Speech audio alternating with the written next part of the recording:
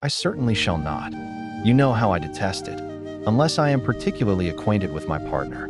At such an assembly as this, it would be insupportable. Your sisters are engaged, and there is not another woman in the room whom it would not be a punishment to me to stand up with. I would not be so fastidious as you are, cried Bingley.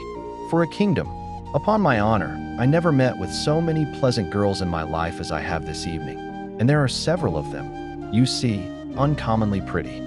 You are dancing with the only handsome girl in the room, said Mr. Darcy, looking at the eldest Miss Bennet. Oh, she is the most beautiful creature I ever beheld. 15, but there is one of her sisters sitting down just behind you, who is very pretty, and I dare say very agreeable. Do let me ask my partner to introduce you.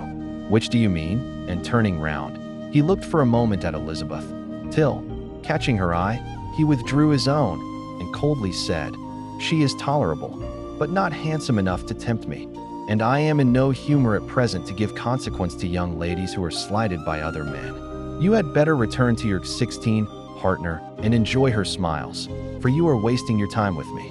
Mr. Bingley followed his advice. Mr. Darcy walked off, and Elizabeth remained with no very cordial feelings towards him. She told the story, however, with great spirit among her friends, for she had a lively, playful disposition, which delighted in anything ridiculous. The evening altogether passed off pleasantly to the whole family.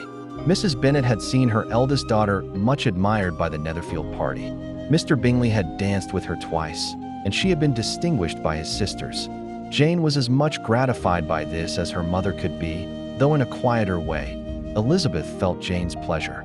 Mary had heard herself mentioned to Miss Bingley as the most accomplished girl in the neighborhood, and Catherine and Lydia had been fortunate enough to be never without partners, which was all that they had yet learnt to care for at a ball.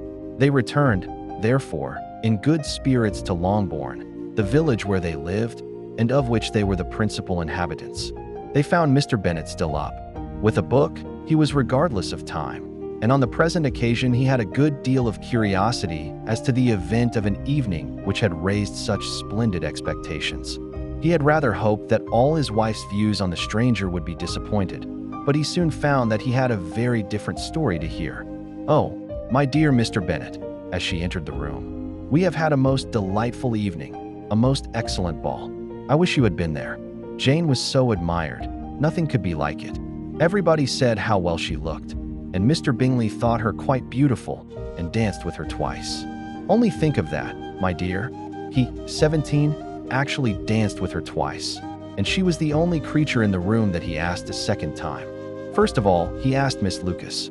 I was so vexed to see him stand up with her. But, however, he did not admire her at all. Indeed, nobody can, you know. And he seemed quite struck with Jane as she was going down the dance.